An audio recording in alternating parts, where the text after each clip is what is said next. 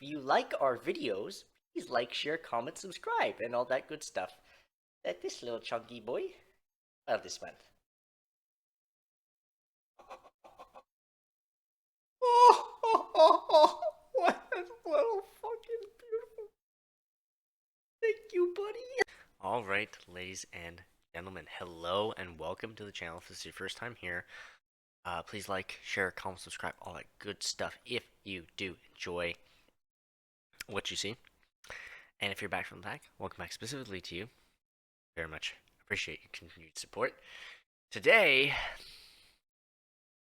we have a very special little video.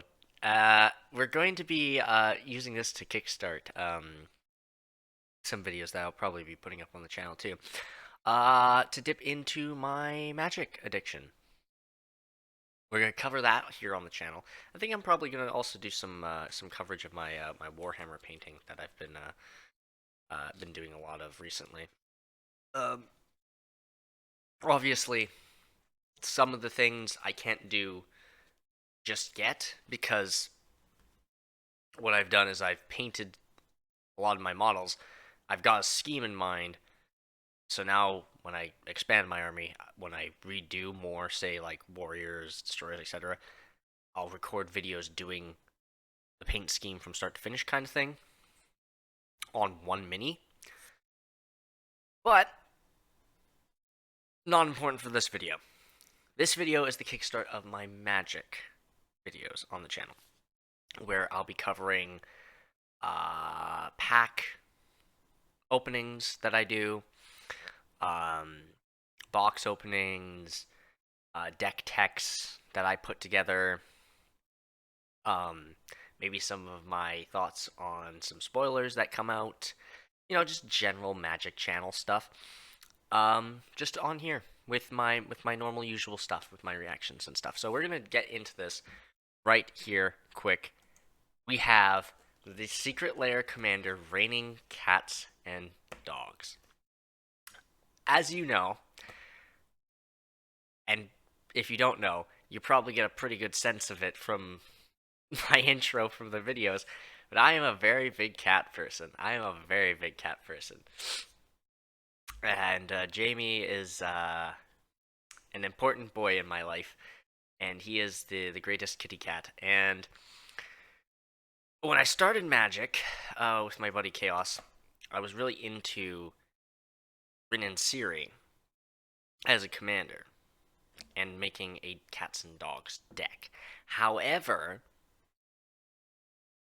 Rin and Siri is expensive as fuck. So when they announced this, I knew I had to get it. I knew I had to jump on it.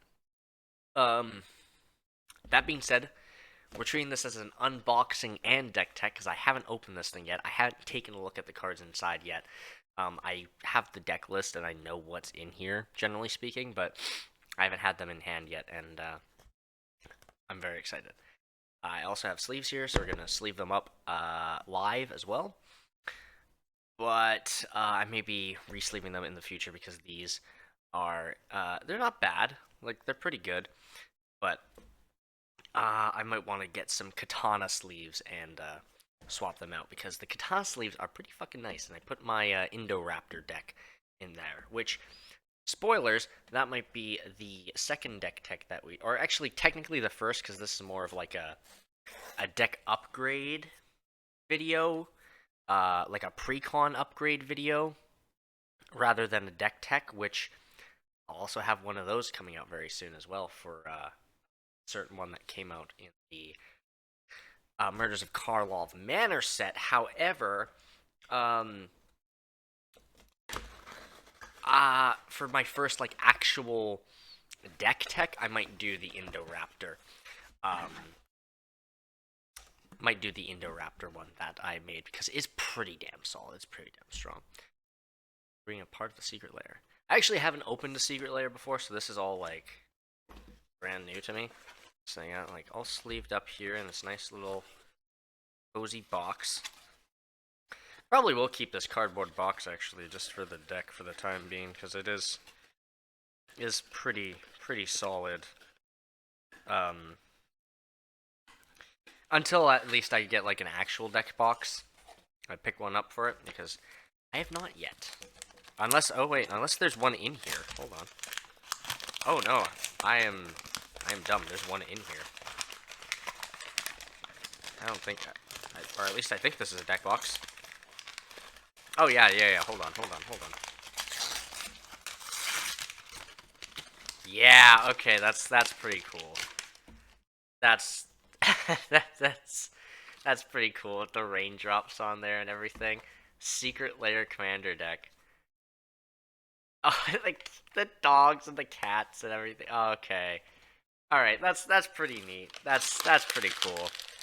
Okay.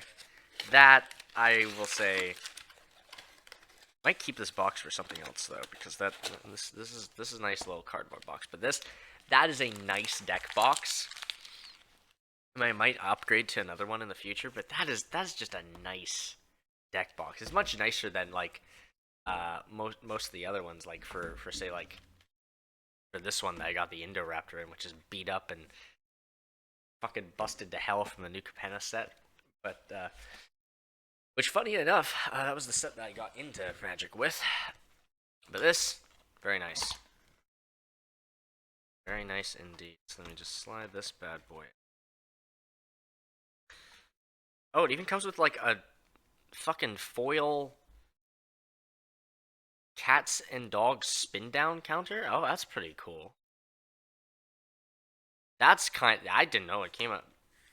I really didn't research what came all in here, so I'm kind of surprised. Oh, it even comes with like the like normal pre-con like big ol' information sheet. That's kind of cool.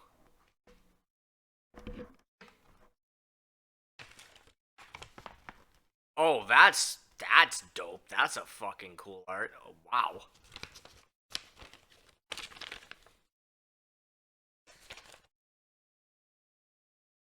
Okay, so this isn't exactly the same kind of thing, because normally they would have this little like insert thing in there and be like a little blurb breakdown about the deck kind of thing. I actually think I will keep that spin down though, because it is a cool little foil spin down.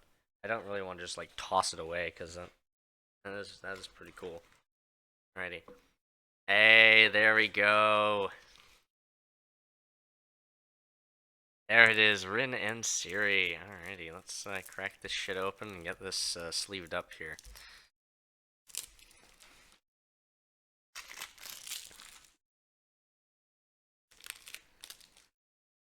Nice. Set you down here. Ooh, that is like a thick fucking card too. Nice reversible. Nice. You got like the dog riding the cat like the and I've actually renamed the deck.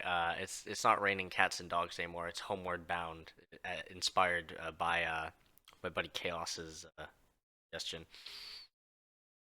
I think I'm going with that art though. I really like that like the dog licking the cat head and his look of disgust. It's so fucking funny. Yeah, that is a thick card, dude. Like I feel like you're gonna know when you pull Jetmir, Ginny, like I feel like you're gonna know when you pull them, but maybe I'm wrong. Stick Ren and Sari up here. I think I actually need to like pull my. Yeah, there we go. That's better. There, now I got like more of a view of what's going on here. Okay, Jetmir. Nexus of Rebels. This is a fun card. I had a deck that I built around Jetmir here. He's pretty cool. Actually, he's actually the head of the deck that I'm using to teach my girlfriend how to play Magic. Him with the hounds is cool, but I really like him with the fucking cat in his lap. Like, look at that shit. Look at his big stupid grin too. He's having a great time. He's having a great time in that one. Yeah, again, thick card. That's a very thick boy. All right, Ginny Fey. Busted. Especially in this deck. This is going to be hella busted. 2/2 cats and 3/1 dogs. Um,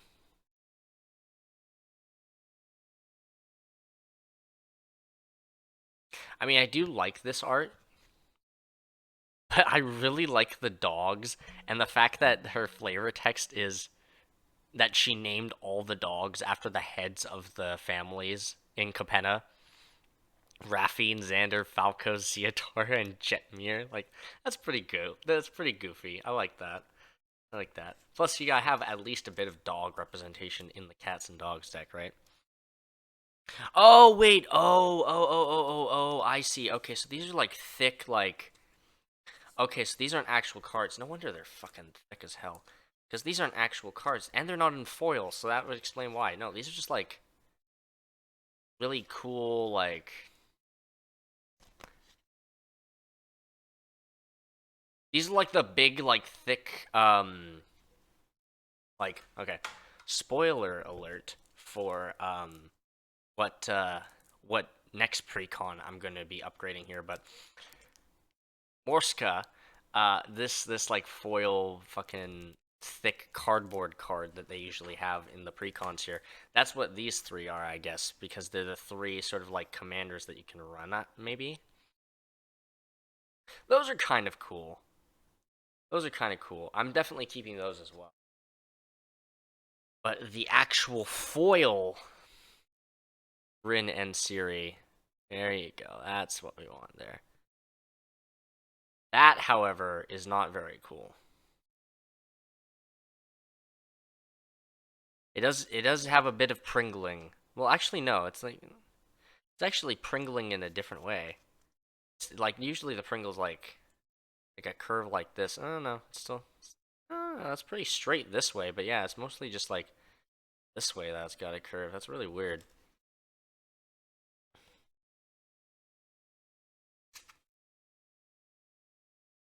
Hey, Jetmir. Holy shit, the foil on that one. Wacky. Alright, Ginny Fey. In with the doggos. There we go. Alrighty. Anointed Procession. This is a hype reprint. This is also a big reason why I got this fucking deck. Effect would create one or more tokens under your control. It creates twice that many of those tokens. I really think I like the cat one though. With the big stretch. The big stretch. This one doesn't actually have much of a curve. Oh wait, no it does. Yeah. And then we got good ol' Soul Ring.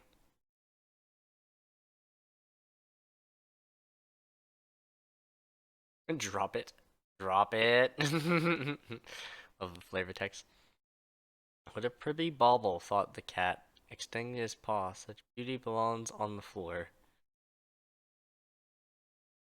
That just reminds me of Jamie, honestly. So we're doing that. Like that absolutely. Like just look at that shit. That totally reminds me of Jamie. It's got the same like fur pattern, the orange and the white. So, what's going on here? Alms collector. Okay. All right. All right. Dusk and Dawn, which is an interesting one. Destroy all creatures with power 3 or greater. Turn all creature cards with power 2 or less from your graveyard to your hand. Hmm. Felidar Retreat. That's going to be pretty good in this deck. High Cliff Felidar. I also find it interesting that they just printed them with all the same set logos. They didn't like bother doing like the secret layer one or anything. Jazal Goldmane. Very nice. Lion Sash, and we'll get to like cutting some of these after the fact. I'm not going to make the cuts like immediately here. Loyal Warhound. Got some dog representation there with the little D&D logo there from the D&D set. I knew I recognized that boy. Pack leader. But yeah, no, I'm not gonna like make any cuts to the deck now because this weekend I'm actually gonna play it against my buddy Chaos in our little pod that we normally have. Regal Karakal, Cat Lord there. Um, and the plan is to like upgrade it as the games go on. So if it's doing poorly, then I'll add like a couple of cards. If it's doing good, then I won't add too many cards, kind of thing. But I'll get some upgrades. Skyhander Strike Force, pretty decent with melee there. As long as you control your commander, other creatures you control have melee. That is pretty spicy. That is pretty spicy. If it was Myriad, it'd be even more gross. Stalking Leonin. Not too shabby.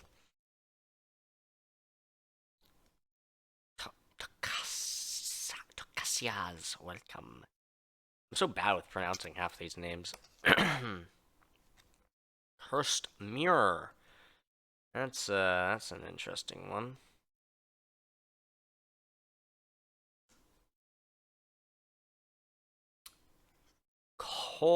Menu Battle Armor. The good old Doggo Gold Armor. I remember this bad boy. I never got a copy, but I remember seeing him pop up in a lot of places. Feline Sovereign. Hungry Lynx. Ah, yes. Here's another big heavy hitter of the deck right here. Gasali Slingers. Yeah, that's gonna be, ooh. That is going to be kind of nutty in here. Realm Walker's pretty good.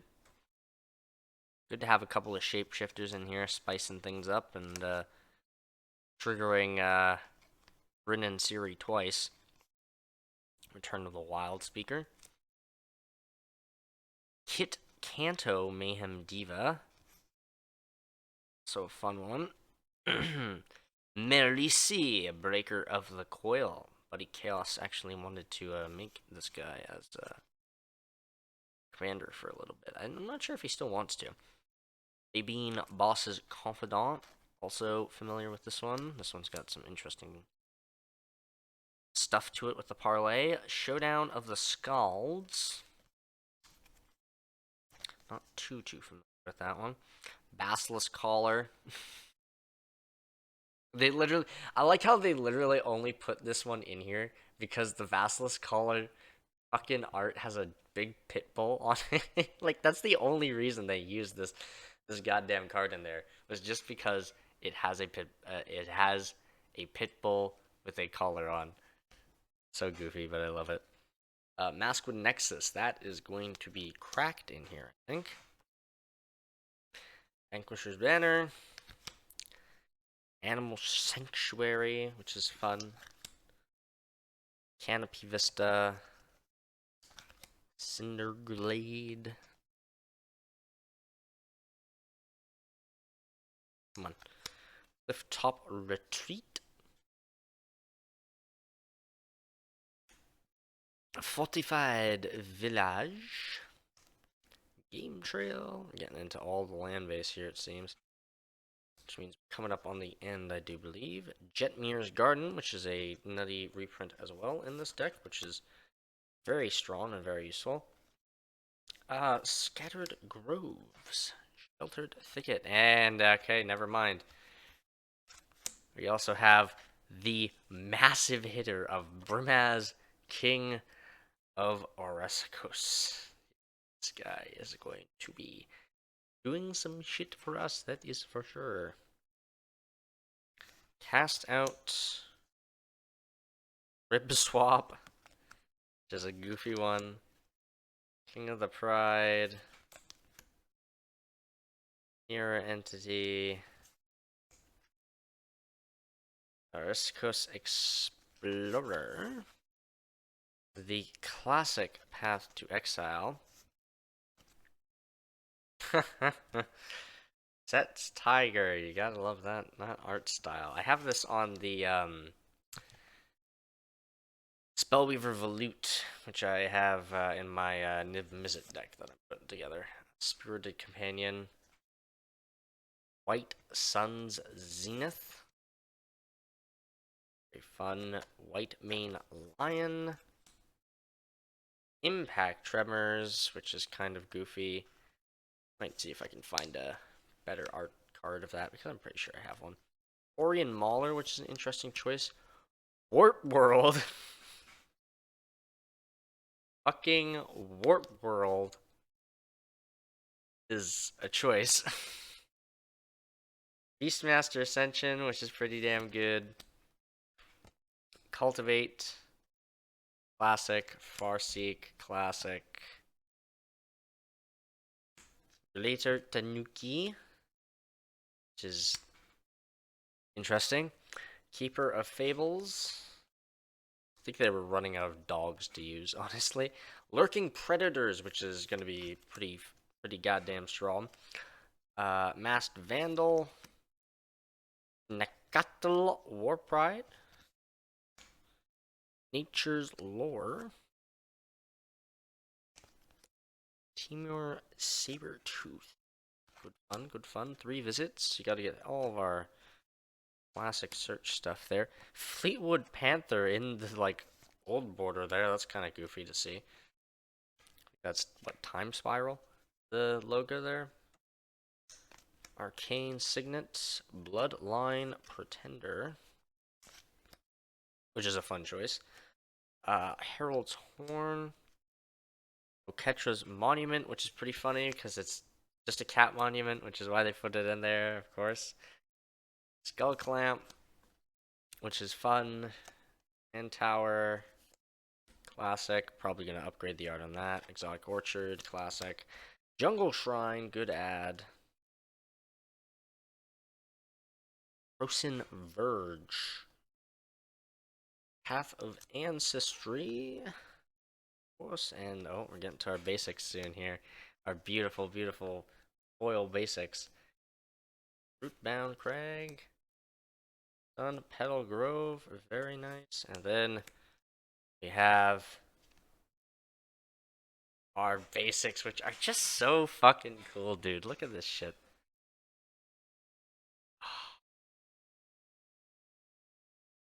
The Field of Doggos. And they're all, yeah, they're all in that art, and they're all foil.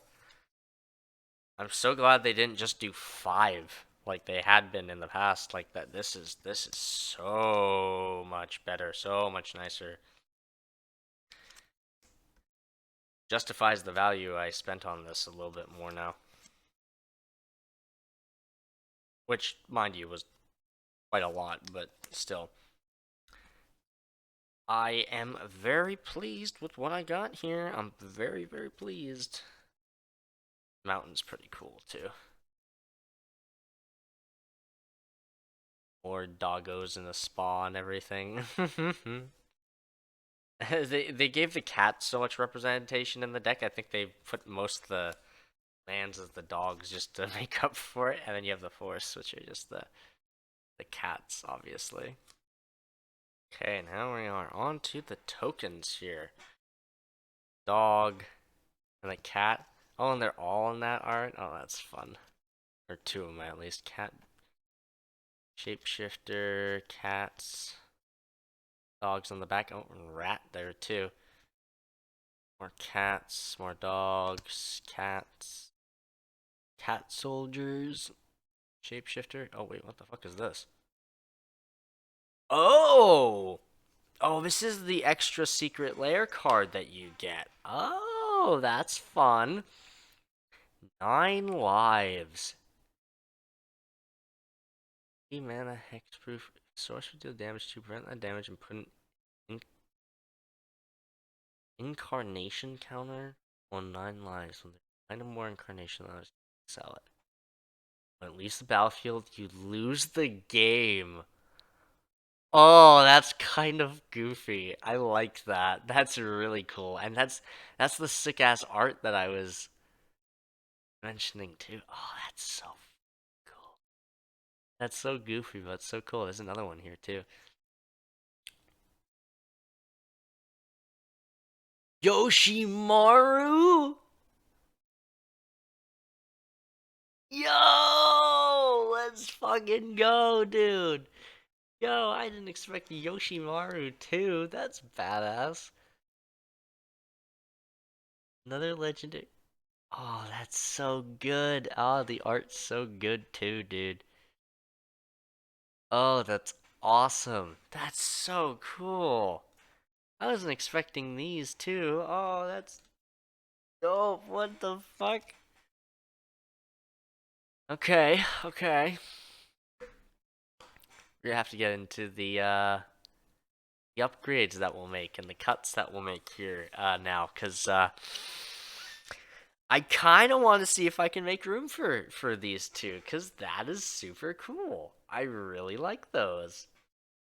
That is a nice little secret layer, like additional bonus card touch that you get there. That's really fun. That's really nice. I like that a lot. That's bravo, bravo. I really like Yoshimaru as a card too, so that's very good. I already had a copy of him, but that's really fun. I'm not sure if I'll put that copy in my Legends deck, or if it'll have enough Legends in here to justify putting it in here, but we'll see. We'll see. Alrighty, now that's all sleeved up, put away, and everything. Let's get into the upgrades and cuts. Oh, no, that's okay. Here we go. Now we're set. So we have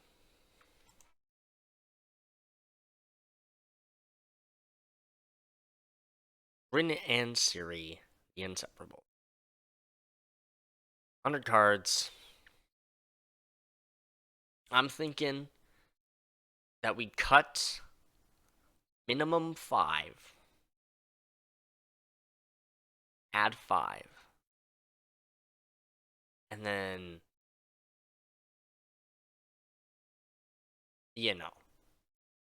see if we're gonna put some pricier upgrades on the docket for the future.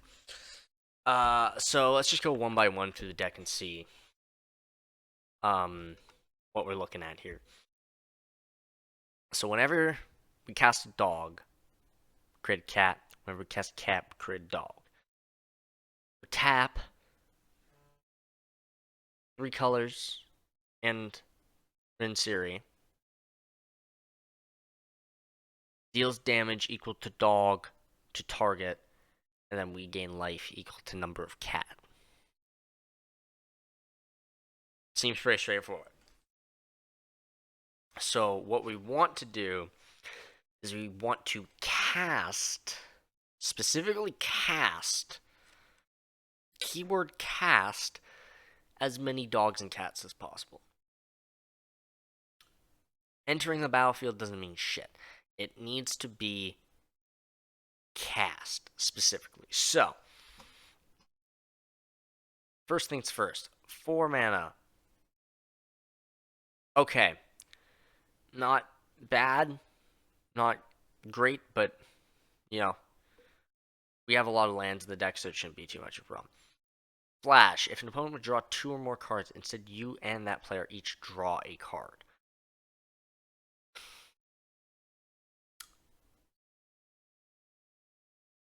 Now, you gotta understand that in my pod with my buddy Chaos, I play with him and his girlfriend.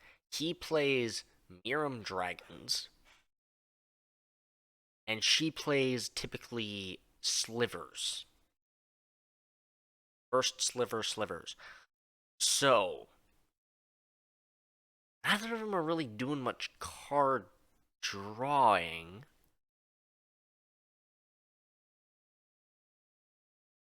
Though, his girlfriend does have a Merfolk deck. Specifically the upgraded PreCon from the Ixalan set. So, I mean, and then my brother, who sometimes joins us, he runs Verena the Witch Queen, which also does a lot of card draw. So, I mean, it doesn't. it seems like it's got its uses. I'd keep him in there. Bloodline Pretender, Changeling, that's pretty good. And battlefield, you choose a creature type. Another creature enters the battle. Wait, another another creature of the chosen type enters the battlefield. Roll. I'm actually curious.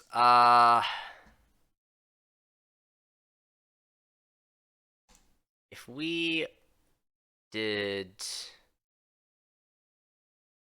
uh,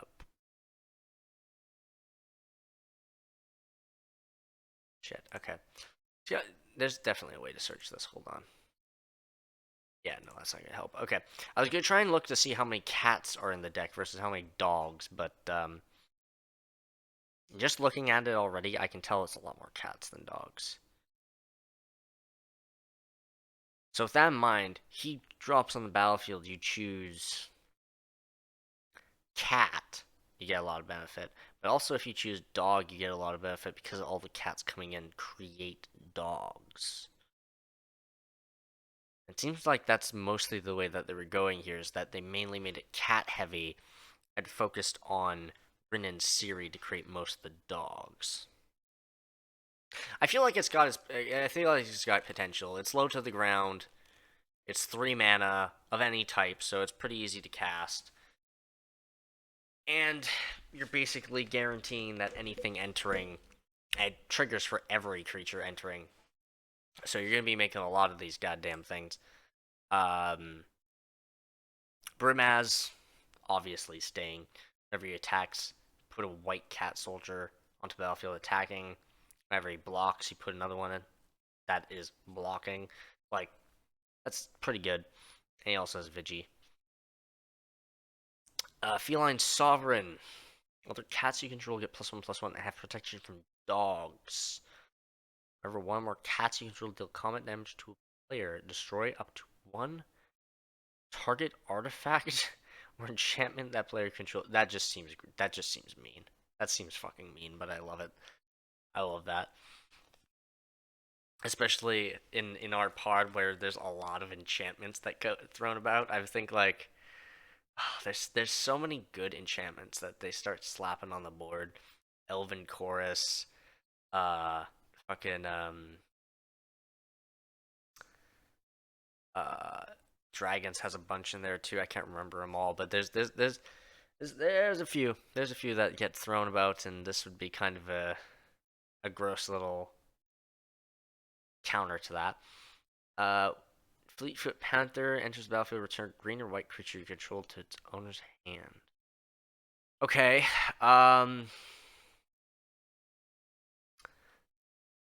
So you're basically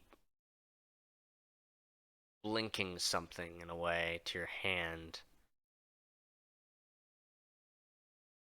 I guess you have a couple things that have ETB triggers, but I don't know if it really. Oh, I guess it's protection too. I guess it's got because it's got the flash, so you can flash it out to protect something from getting removed or countered or something. Yeah, that's probably a good call actually. Just keep it in there for the time being. Okay. Sorry for the cuts. I'm having discussions with Chaos because I just got the deck. I texted him a few things. Plus, he's been talking to me about Warhammer too since I got him hooked into it. So, uh, stay tuned for that. We will be doing Warhammer content on the channel. I promise. Anyways, Greater Tanuki. They really were looking for a dog to put in this deck, eh? They are really stretching. 6 mana. 6 mana, 6/5 with trample. And then you can spend 3 mana to discard it to look for a fucking basic that enters tap. I have not seen a greater instance of a cut in my entire life. This thing, it does not belong in this deck. It does not belong in this deck at all whatsoever. Giving a little spoilers here. Actually, 1 second here. Let me bring up my base cam here real quick to remove some of the. There we go. So we're just gonna move this into cuts. We're just gonna move this into considering for cuts, and then sideboard will be the ones that'll be considering for switching in. Highcliff Felidar. When it enters the battlefield, for each opponent, choose a creature with greatest power among those creatures player controls. Destroy those creatures. For 7 mana, 5/5 with Vigi. That you could blink with Fleetfoot Panther, though. But that is 7 mana to play it again. However, there's a reason it's a fucking, like, almost $9 card, though. I feel like with a mana base of, like, what was it, 38 lands? Yeah, 38 lands. I feel like that'd be fine. I feel like that'll still that should be castable. That should be something that we can get some value out of. Hungry Lynx. Cats you control have protection from rats. At the beginning of your end step, target opponent creates a black rat creature token with death touch. Whenever a rat dies, put a +1.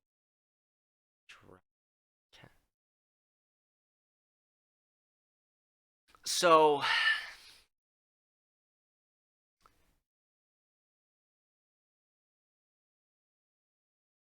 this thing comes down at your end step. You create rat for your opponent. And if you kill the rat, you get +1 on each cat you control. And they all have protection from the. For 2 mana, that seems pretty good in the deck. That seems like you can have some nasty effects, that's for sure. Alrighty, Giselle Goldmane.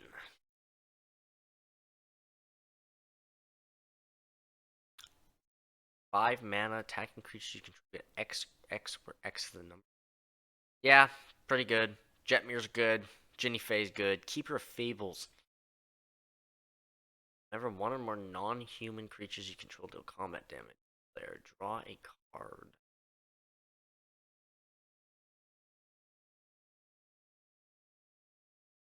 Five mana card draw. Okay. We'll put in considering for now because I'm not entirely sold on it, honestly. It seems decent, but I'm not 100% sure. King of the Pride. Other cats you control get 2/1. Yep. Kit Kanto. Enters the battlefield, create a citizen. At the beginning of combat and the player's turn, tap 2 untapped creatures you control. You do target creature that player controls to gain trample until end of turn and goad it. Yeah, that's fun. That's goofy. Komenu Battle Armor. Menace 2/2. Equipped creatures get 2/2 and Menace. Whenever it or equipped creature deals combat damage to a player, goad each creature. Reconfigure for 4, eh? I mean, it counts as a cast of a dog, which creates a cat.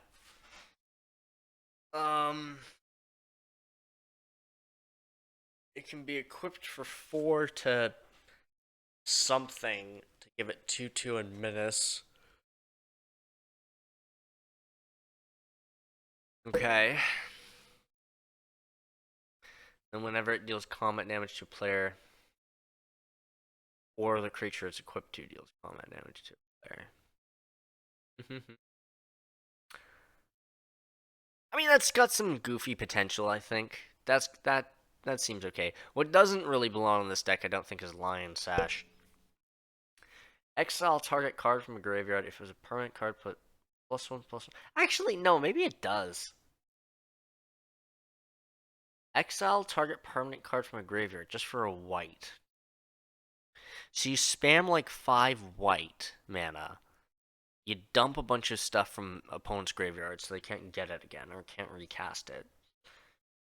Then you reconfigure for 2, equip it to something, and it gets +1 for each count. Yeah, no, this one's actually really fucking good. This one's less so, but this one's really fucking good.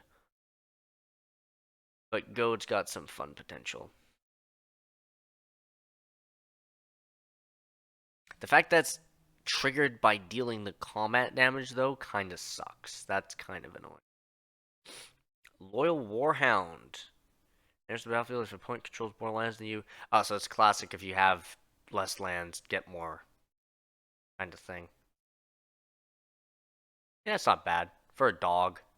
And for a 2-drop for a 3/1, dropping that on turn 2 and then swinging on turn 3 with a 3/1, that's not bad. That's not too shabby.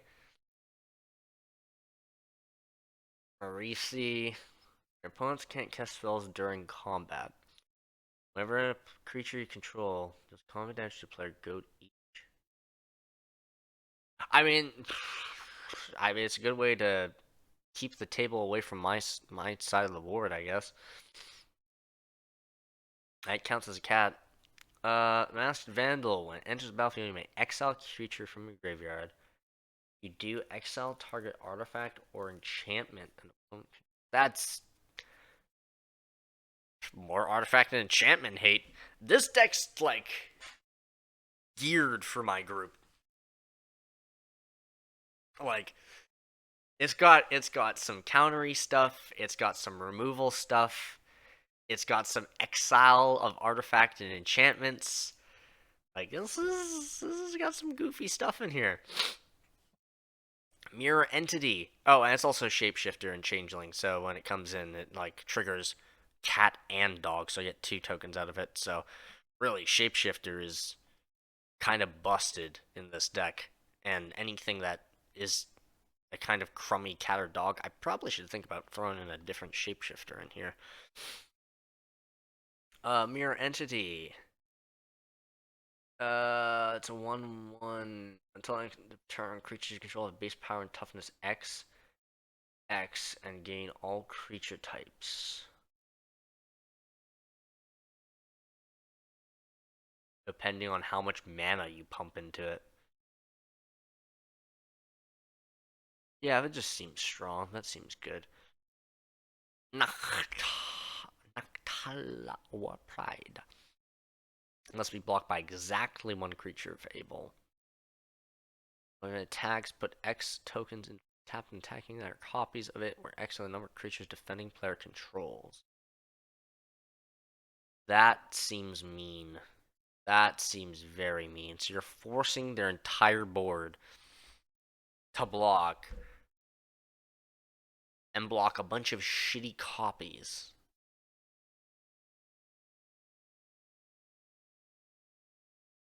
But you also have to make sure. So that's the only thing though, is that the moment you attack with this guy, that's it. Right? Like that's like you have cast him, you have attacked with him, and he is now in the graveyard until you find a way to fetch him out. Because he attacks, he creates exactly the amount of tokens that are the defending creatures the defending player controls. So if your opponent has 10 creatures, you're attacking with 10 copies. It's really only just a way to gunk up their defensive state so they have to block all of these copies that don't matter so that you can get in and slap them with everything you got. So it's really kind of like an end, like a like a kind of a game ender, but only for one person is the only thing.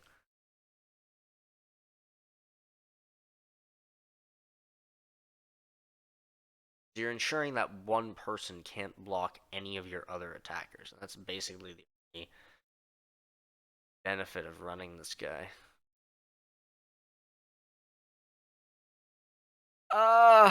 We'll put him in considering. A West Coast Explorer. There's the battlefield. Search your library for up to X playing cards, where X is the number of players who control more lands than you. Oh, that's kind of cool. But they go into your hand as opposed to onto the battlefield. That's still pretty good. Still a good fetch of lands there. Pack leader. Other dogs you control get +1/+1 when attacks prevent all common damage to be dealt to this turn to dogs. Pretty solid. Babine. Creature tokens have haste. Very strong. And at the beginning of combat on your turn, each player reveals top card library. It's a land. You get a token. 1/1 citizen.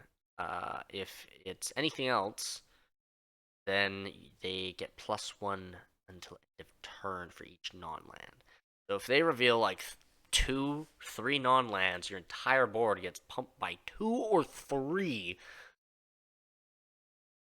Like fuck the token at this point, because you'll be making enough tokens at this. Or yeah, you're gonna be making enough tokens with Rin and Siri. That's not even gonna matter. But the extra 2 or 3 or even just 1 to your entire board of tokens is nutty. And then giving them haste too is just gross on top of that. So you have Kasali Slingers. When it or another cat enters, you may destroy target artifact. Dude, the artifact enchantment hate in this deck is disgusting, and I fucking love it. Realm Walker.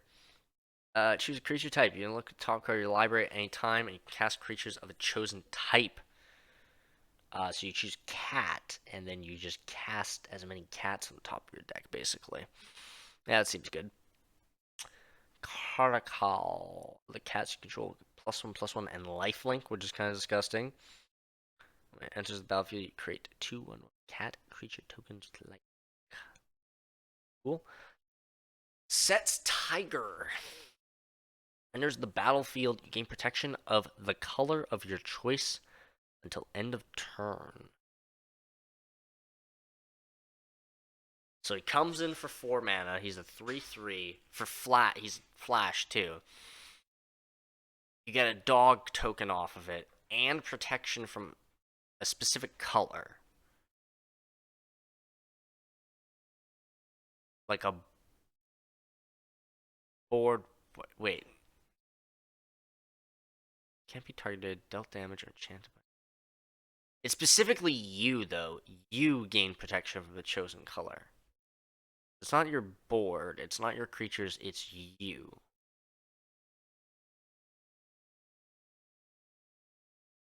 So it protects you from, I guess, combat damage, spell damage, curses.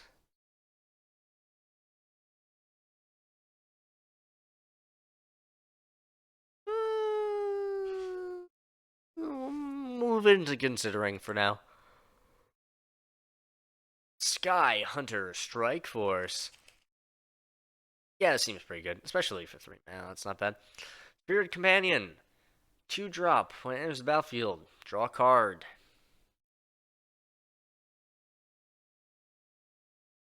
Damn, they really wanted to try and put dogs in here. Holy shit, that is not very good.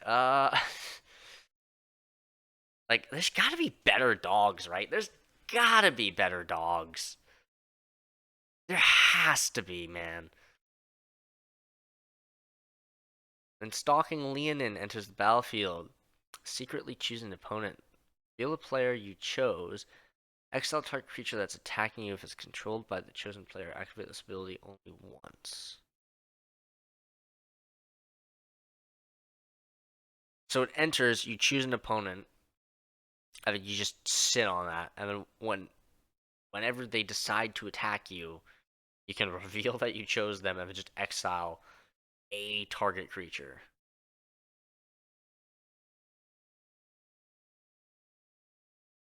Which isn't going to get around Miram, because if you target him, that's going to be a ward cost.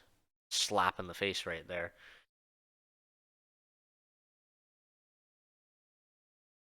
Or in the case of Slivers, if his girlfriend decides to give his whole goddamn board Shroud again, That's gonna be also a problem. So target is kind of iffy. We'll move into considering for now. Torian Mauler. This guy does some absolutely disgusting work in my Sauron deck, which we'll do a little deck tech on in the future here. Whenever opponent casts a spell, you may put a +1/+1 counter on Torian Mauler. Very strong in Sauron when you're doing that, and then you have his effect going, and then you have two armies that are just because Torian Mauler technically counts as an army. It's kind of gross. But here, just alone, so it comes in, it creates a cat and a dog.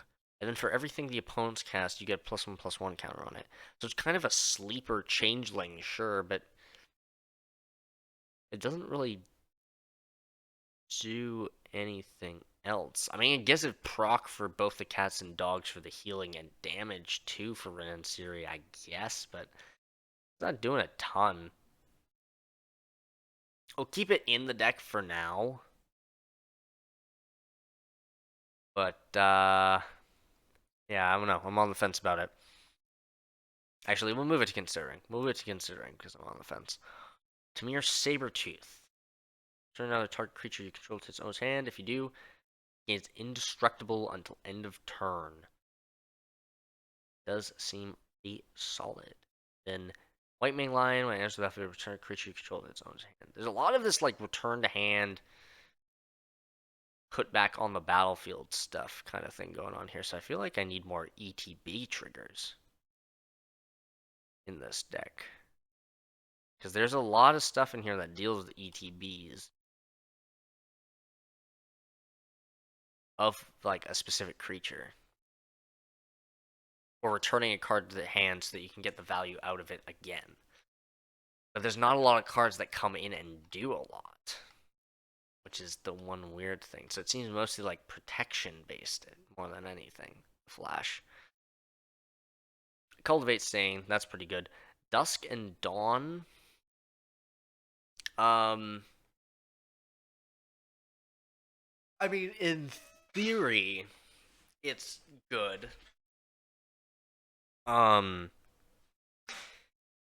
If you look at it like you have a bunch of these low to the ground tokens, destroying all creatures with power 3 or greater is probably good for you. Then you factor in the point that well, you're probably pumping your board with a lot of other stuff like Jetmir or Regal Carcal or or Pack Leader or like there's a bunch of like King of the Pride. Like there's so many of these little like boosts that you can get here. Hungry Lynx, like your stuff is easily going to be over 3 power. It seems a little counterintuitive to put that in there. And then the other fact that returns creatures with 2 power, or, yeah, return all creatures with 2 power or less. How many creatures have 2 power or less in here? 1, 2, 3, 4, 5, 6, 7, 8, 9, 10, 11, 12, 13 creatures, but a lot of them are not super great. You get Line Sash and Miami Battle on her back and King of the Pride. Like, you get some of your decent stuff back, but I don't know. For 5 mana, that seems like a lot. Farseeking Nature Lore, 3 visits, those are all givens. Okay, sorry about the cut again, but oh boy. Warp World. Each player shuffles all permanents he or she owns into his or her library, then reveals that many cards at the top of his or her library. Each player puts all artifact, creature, and land cards revealed this way into play, then puts all enchantment cards revealed this way into play. Puts the rest on the bottom of his library in any order.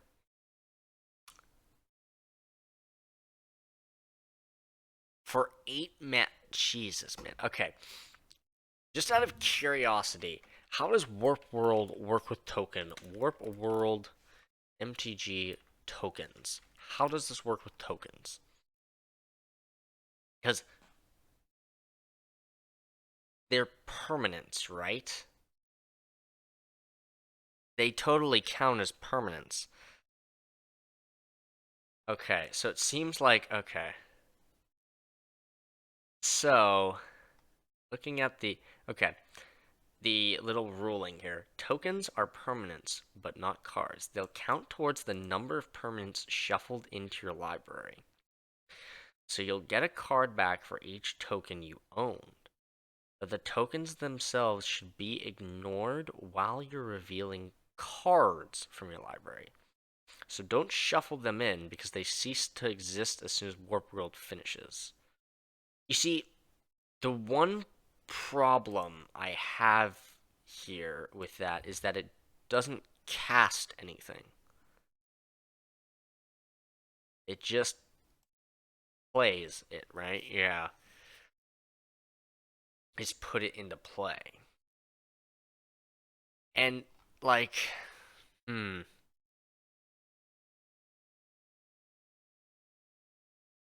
Like, by turn 8, you'd have a pretty good board state already built up. I don't see why you'd want to Warp World and screw yourself like that. Because there's no, like, big heavy hitters. There's nothing that ETBs really and does a lot. So it doesn't really have any place in this deck if there's no real ETB to benefit off of it. If it was fetching a bunch of things, a bunch of permanents out of your deck that came in and were like,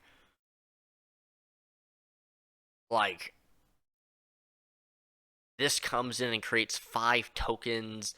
This comes in and doubles all the tokens that you have. This one destroys target opponent's creature. Like everything that comes in has some sort of ability. That'd be different. But here, it's like they'd come in and they'd just make. No, they wouldn't even make more tokens because they're not even cast. They don't even create more tokens on ETB.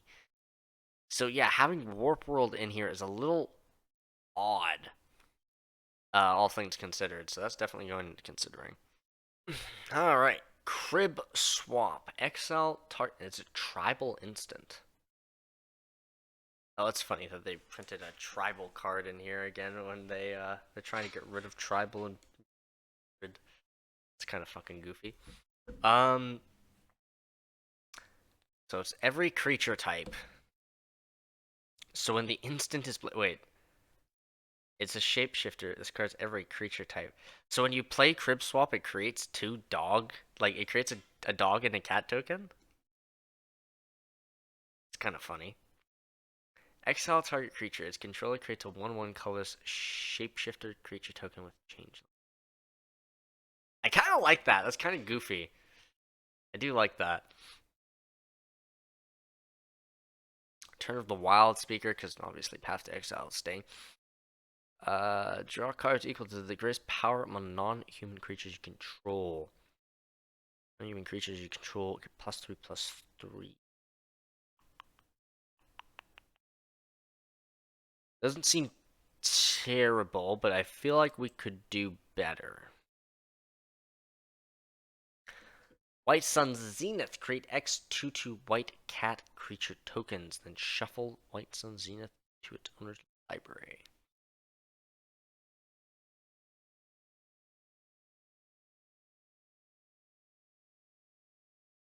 One problem I have with this is that, again, it's not casting anything. It's just creating a bunch of cat tokens. Which, I guess, if you do have Anointed Possession on the field, you'd be making a lot of fucking cats. But, again, it's not cast. It's a minimum 3 mana. And then anything that you pay extra is just creating a token. So for each mana, you're creating a 2/2.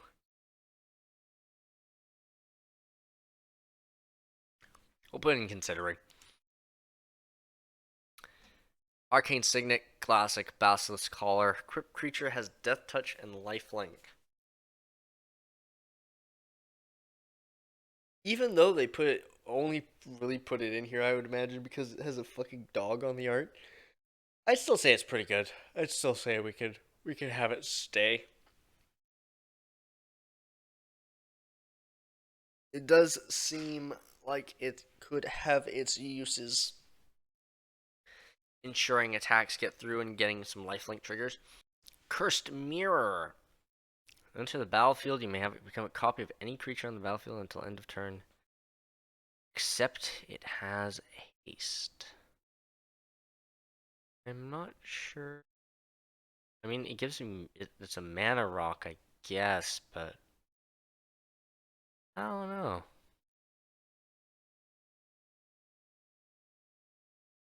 Like, I guess I could copy opponent's creatures, but I don't really see much value in that. I guess I could create another copy of Ginny Faye for the turn, or another Jet Mirror. Win the game that way. I don't know. I feel like Cursed Mirror could go better in a different deck. Herald's Horn's pretty good. Mask of Nessus is pretty good. It's everything. It's every creature type, so I'm getting both cats and dogs for everything I cast. Catcher's Monument. Yeah, that's fine. It's all good. I don't mind that one. Skull Clamps. Pretty solid. Sol Ring. Vanquisher's Banner.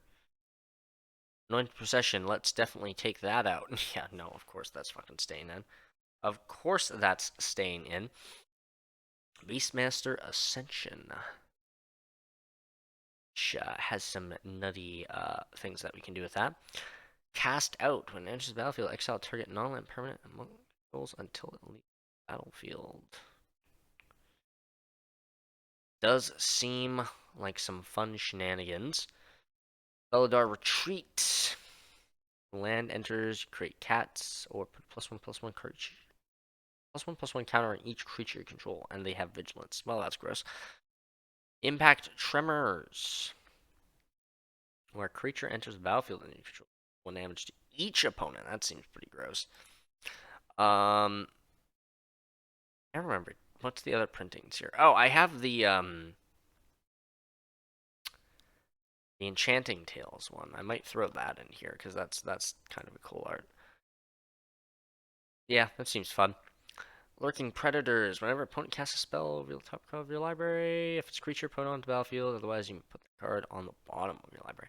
I feel like that's good, but again, we need more ETB effects here. We need more stuff that, like, when it enters, do shit. Like, there's some stuff here, but it mostly gets you land. This is a good ETB one. This is decent.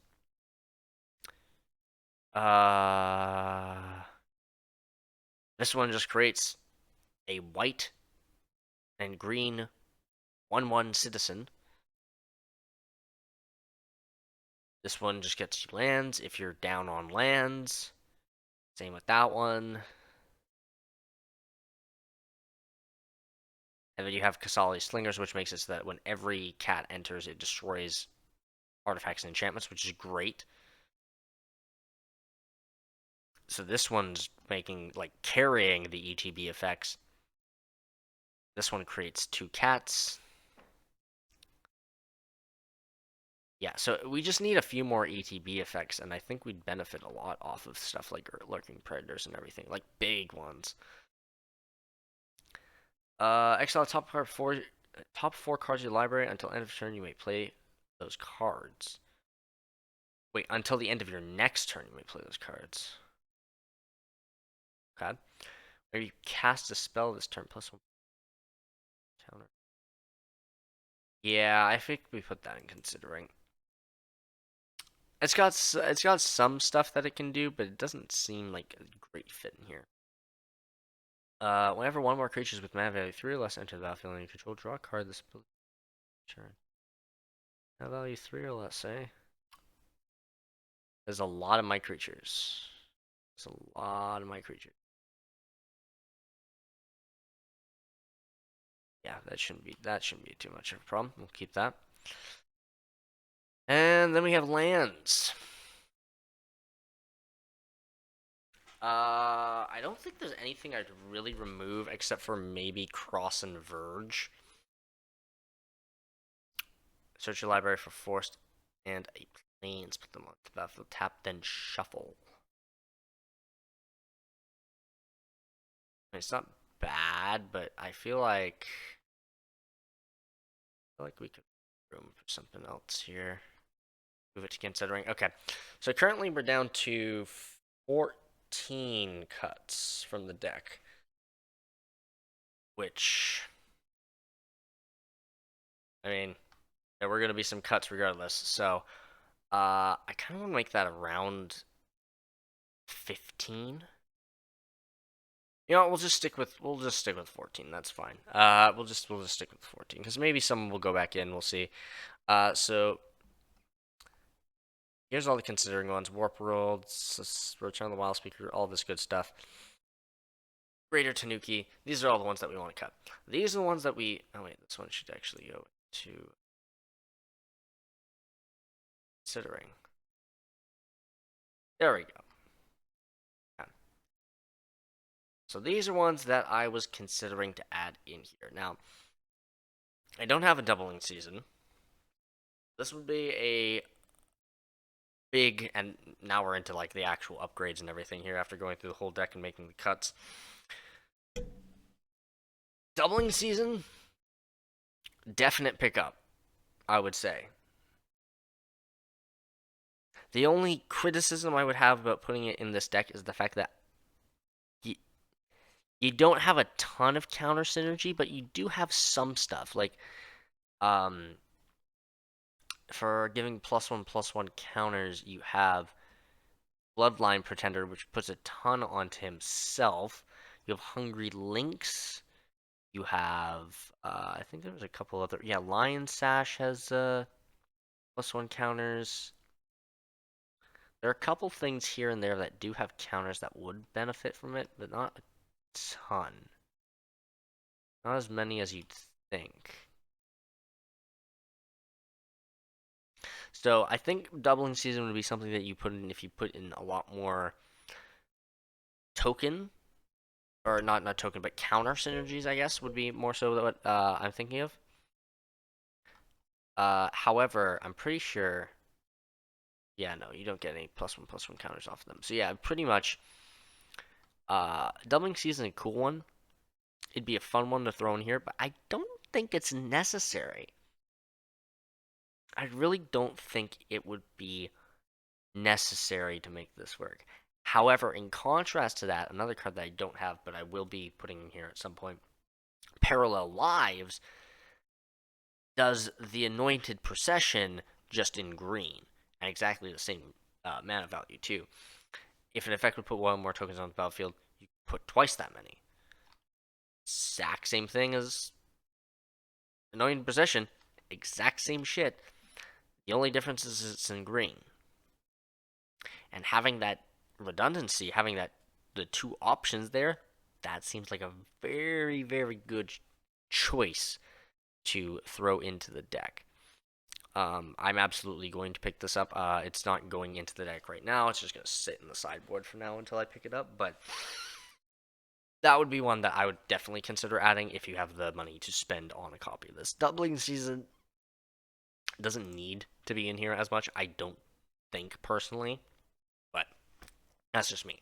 Roaming Throne, on the other hand, is a fucking must for this, dude. Roaming Throne in any sort of like tribal sort of deck is going to be cracked, no matter how you cut it. Ward 2, yeah, choose a creature. It is the creature into other types, so when it enters, it's gonna create a cat or a dog based off of Ransiri. And then additionally, if the triggered ability of another creature you control triggers, it triggers an additional time. So, let's just break this down for a second here. It enters. Choose cat or dog. You create a cat or a dog. It triggers a second time, creating a second cat or a dog. If you have Parallel Lives or Anointed Possession on the field, you have now made 4 cats or dogs just from him coming in. This gets out of hand really fast. Really fast. And considering I have a few copies of Roaming Throne kicking around, I think I was lucky and pulled like 4 of them or something like that when I was pulling packs for this, which may or may not upload some of the pack openings I did to the channel. We'll see. But yeah, this guy, absolutely moving to main deck. 100%. Like, that's probably one of the first cards that I slot in um, after a couple of games, because that's got some nasty stuff. That's got some nasty abilities to it. That's going to make things problematic for the table. This is another one that I was looking at that would be pretty good. Sovereign Volcanic How? I honestly can't see what the last one is through this art. But he's pretty cheap. He just came out in the Exelon set. Also very strong. For 4 mana, 3/4, Ward 2, which is good. And whenever it attacks, for each creature you control with power greater than that creature's base power, put a number of +1/+1 counters on that creature equal to difference.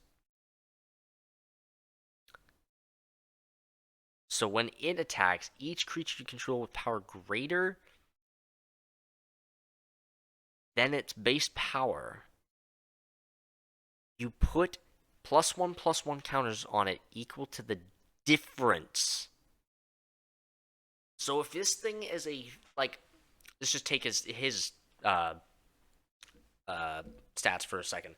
If he's a 3/4, he has 2 tokens on him, or 2 counters on him rather. Sorry, and he attacks. Because his power is greater than his base power, he puts 2 more damn tokens, or counters rather. Sorry, I don't know why I keep doing that. But 2 more damn counters on himself, because that's the difference between his base power and the amount of counters on him. So he gets 2. Second time he attacks, he gets 4. Third time attacks, he gets 8. Like, that gets really bad, really, really fast. I'm pretty sure. I think I had pulled. Yeah, I've got him some. But that seems kind of fucking busted in here.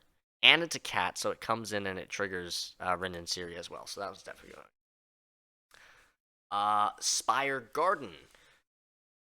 That's a pretty critical land that should be in here. Whenever it enters the battlefield, it enters tapped unless you have 2 or more opponents, which in Commander, you're always going to have more than 2 opponents, so that's going to be pretty easy criteria to meet. So we'll just immediately move that into the main deck because, again, I have all these cards. Another thing that I would add, because I have it, if you have the money for it, I would definitely add it. But Sacred Foundry. Let's see if I can find where it at here. Yeah, Sacred Foundry. I would definitely add this because you're just getting a good shock land out of it. So you can't go wrong with the shock lands, right? 39 lands is getting a bit spicy though, so you may want to cut something in here. Not entirely sure what, but I feel like there could be a cut that would be reasonable to make. But yeah, Sacred Foundry, Spire Garden, those would be 2 that I would add. If you have the money for it, I would go and grab the fetch lands too. The I can't. Oh, shoot, I can't remember what it's called. Is it something? It's something Stadium, isn't it? It's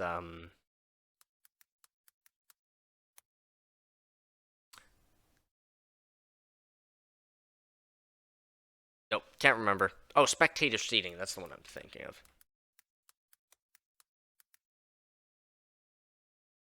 But I don't think that's the fetch land.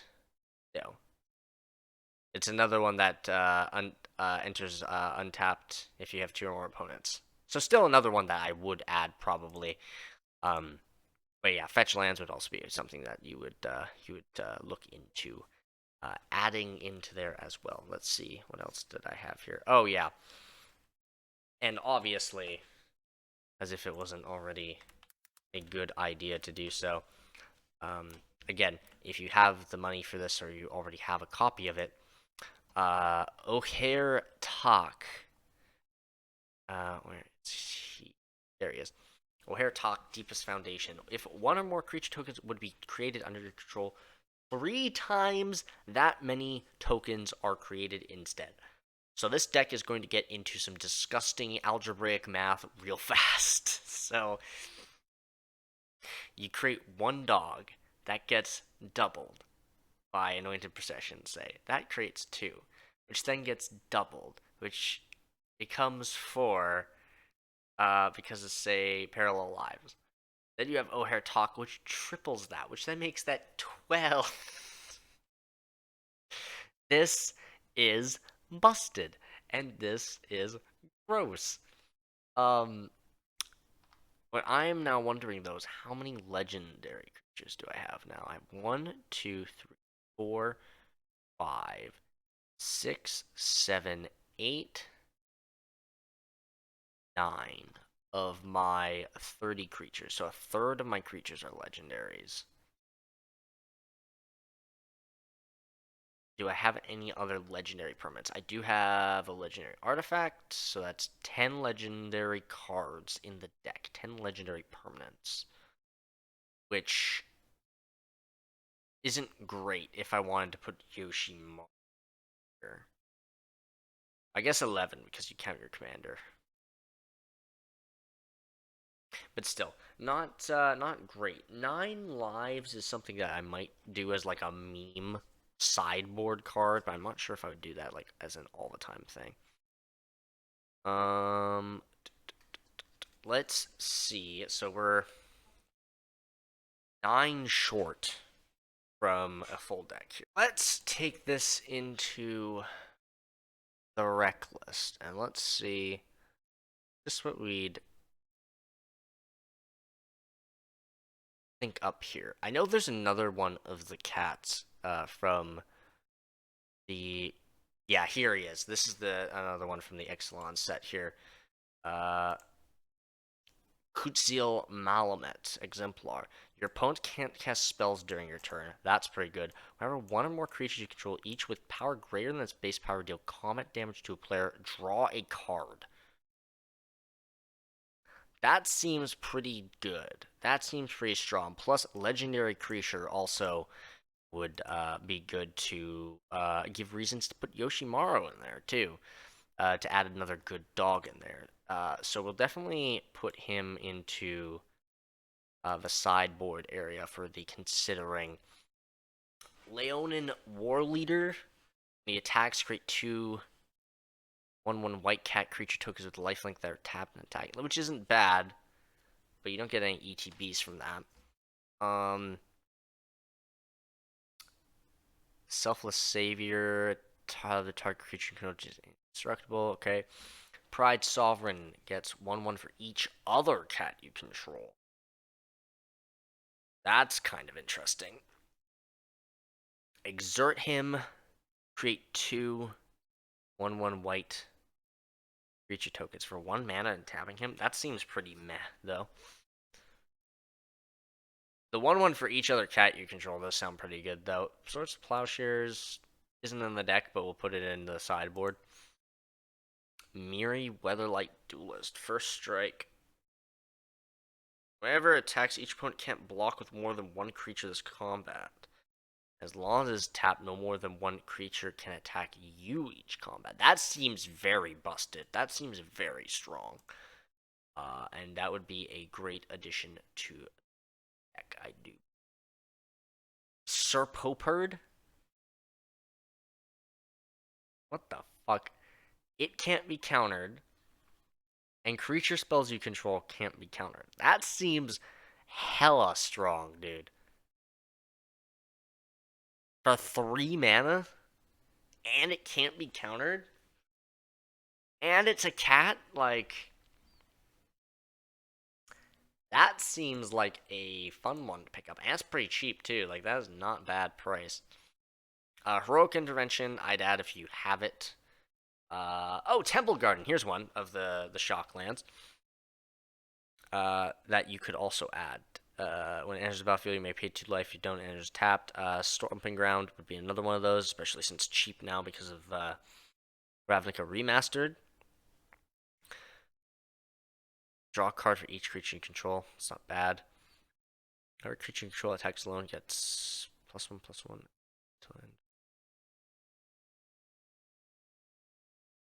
Eh. You have any township? Second Harvest. For each token you control, put a token onto the battlefield that's a copy of that permanent. Good lord. Yeah, that'd be kind of gross. It's got like almost a $10 price tag, but that's not terrible. That'd be good. That'd be not bad if you can afford it. Cathar's Crusade is pretty nasty too. Whenever another creature enters the battlefield under your control, put a +1/+1 counter on each creature you control. Eee. That's got some nasty potential there too. 14.99 though. That's a little pricey if you're worried about that.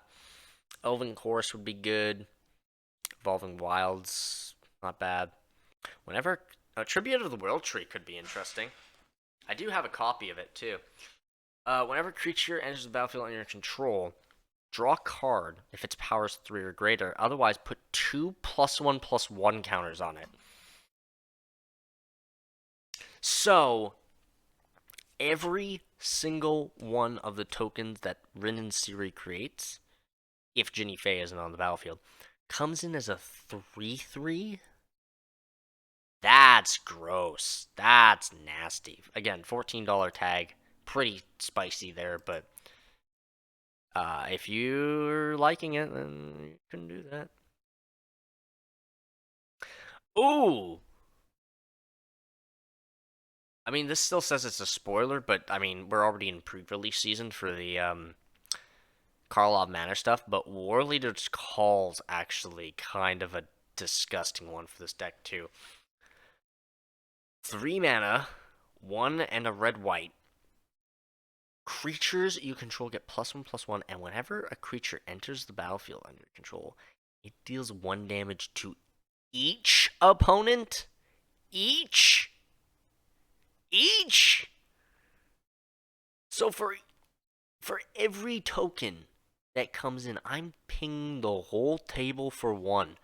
That is fucking nasty. And for $3.99 as a price tag, ugh, I would pick that one up if you can afford it. I would pick that one up. 4 mana for 4 white dogs is kind of garbage. A legendary dog? They put a dog in the Karlov set. Okay. Tessak Judith's Hellhound. 4 mana, 3/3. Legendary elemental dog with Unleash. You may have it enter the battlefield with a +1 counter on it. It can't block for as long as it has a +1 counter on it. And other dogs you control have Unleash. Creatures you control with counters on them have haste, and whenever it attacks, add 1 red mana for each attacking creature. Oh, God.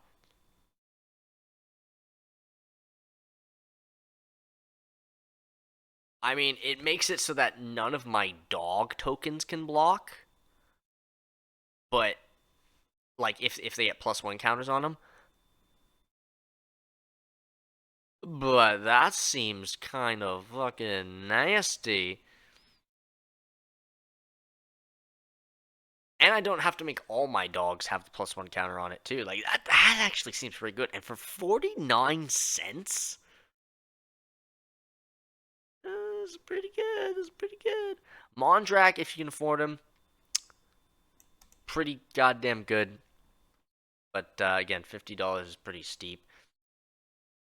Camaraderie. Gain X life, draw X cards for X number of creatures you control. That's pretty decent. That's pretty good. Esika's Chariot. When it enters the battlefield, create two 2/2 green cat creature tokens. Whenever it attacks, create a token that's a copy of target token you control. Huh. Okay. Okay. Bolt Hound. Inspiring leader. Oh, that's kind of cracked. That should definitely be in there for under $1 from the Battles for Baldur's Gate set. Commander creatures you control get creature tokens get +2/+2. So all your dogs and cats come in with a flat 3/3 without any counters. Just a flat 3/3. That's kind of fucking gross. That's kind of nasty. The signets are good. Mirari's Wake, that'd be pretty good. Felidar Sovereign. Vigi Lifelink, 6 mana, 4/6. At the beginning of your upkeep, if you have 40 or more life, you win the game. You do get a lot of life off of Rin and Siri. That's actually not a bad combo piece. We'll put that in the sideboard just in case. That seems pretty good. Pride Malkin's kind of decent. Cheers. Intangible Virtue. Oh goodness, again, under $1. Creature tokens you control have +1 in Vigilance. That is an easy ad. That is a very easy ad. Good lord. You could go with Cavalry Courtyard. When it enters the battlefield, sack it, and you do look for basic mountain, forest, plains, and put you gain life. That's not bad. Jeez, Aura Shards. Whenever a creature enters the battlefield under your control, you may destroy target artifact or enchantment. So yeah, Qasali Slinger, just enchantment form. Jadit Ojan, or Ojanin of Efravza? Forest Walk. This creature can't be blocked as long as defending player controls forest. That's kind of cracked, because Abel loves playing with forests. And green. Oh, there's Wooden Foothills. There's your fetch land there that you could pick up. Whenever Jadit Ojanin of Efravza attacks or blocks, create a 2/2 green warrior creature token with Forest Walk. Eesh, that seems pretty good. A little bit over $1, but that's got some nasty stuff there. Plus, Forest Walk is those 6 mana though. That's actually maybe not. Harabo, Roar of the World. At the beginning of combat on your turn, if it is in the command zone or on the battlefield, another target catch you control gets 3/3 until end of turn. Oh, it's Eminence, I just realized. Another cat you control attacks. You may pay 3 mana. If you do, gains trample and XX, where X is its power. Eh.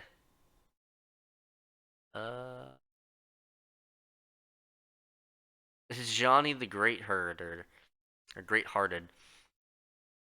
Creatures you control have vigilance. Gain 3 life just by popping them up 1. And then you put a +1/+1 counter each creature you control and a loyalty counter. I mean that seems pretty decent too for like uh $2-3 there. Rhythm of the Wild. Creatures you control can't be countered. Non-token creatures you control have riot. So that like avoids most of the tokens getting procced off of that, but I mean maybe that'd be interesting. Moonshaker Cavalry would be a good finisher, but it is a little pricey there. Cryptolitherite would be cool too, I think.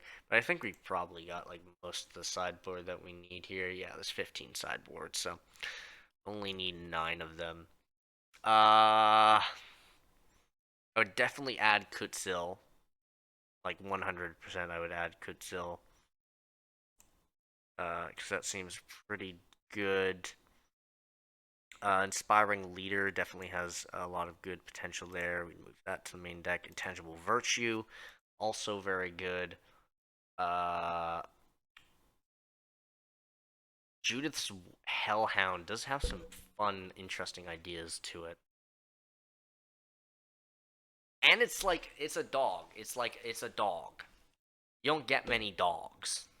Yeah, you know what? I think we will have this add to the deck because I think it does have some potential here.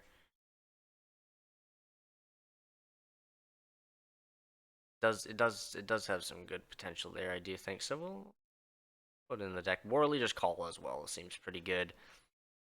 Um, I think so. We got 6 spots here. I'd probably pick up for my own deck here. I would remove Cathars. Well, yeah, I've got a lot of ways to do shit with this, and if I put Cathars in, I would have justification to put doubling season in, I would think, but I don't really need it, I don't think. So I'll just remove it. Probably remove all these from considering too here, I would imagine. Second Harvest is kind of goofy, but we don't need it. Move Swords to Plowshare to considering, because you can always use that. I think I have a copy of Tribute to the World Tree, so we'll definitely throw that in there, I think. I probably should remove a land too, actually, here, because it is kind of land heavy at 39. Probably Fortified Village, considering in that case. There we go. Okay. So in this case, how many legends do I have, and could I put Yoshimaru in? 14, 15. 15's not bad, but when another legendary enters the battlefield under your control, postpone. I feel like Yoshimaru would be better in just Legends straight up, though. It just probably would be better in Legends. The 9 lives, though, is honestly kind of tempting to put in, though. A source would deal damage to you, prevent that damage, put an incarnation counter on 9 lives. When there are 9 or more incarnation counters on it, exile it, and then when it leaves the battlefield, I lose the game. Oh, and then what I do? Oh yeah, okay. So I've totally got this now. So what I'll do here is if I had to cut for that, I would do, because I have an idea in mind here. It's also wacky that I only have 2 instants. That should definitely not be the instance, I guess, but still, that's kind of crazy. So I actually might move cast out to considering. We put 9 lives. Oh, that's kind of goofy. We'll move that to the sideboard. And then what we'll do is Cloud Steel Urine.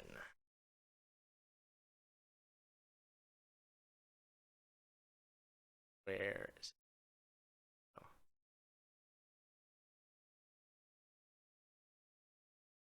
Actually, I honestly don't think I would even. You could do that if you really wanted to ensure that you don't lose the game via 9 lives or something, but honestly, I don't think I would really need it.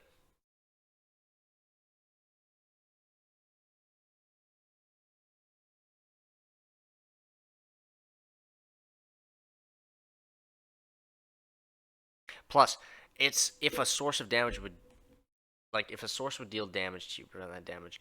So you could get pinged by spells for sure, but I don't really have a ton of those run in my group. And then on top of that, so honestly, I would probably just keep 9 lives as a straight up sideboard card. As like, yeah, I'd run it as like a goofy time sometimes, but like not always. Yeah, I think that's mostly what I'd do for the deck and the upgrades I'd make, generally speaking. So, after that long ass video, thank you all for watching and sitting through this. And if you did enjoy it, like, share, comment, subscribe, all that good stuff. And I'll see y'all in the next video for the deck tech of Indoraptor that I plan to be doing in the near future here, and then the deck upgrade for the Morska Undersea Sleuth Deep Sea Precon. And I will see y'all in those. Until next time, adios, ladies and gents.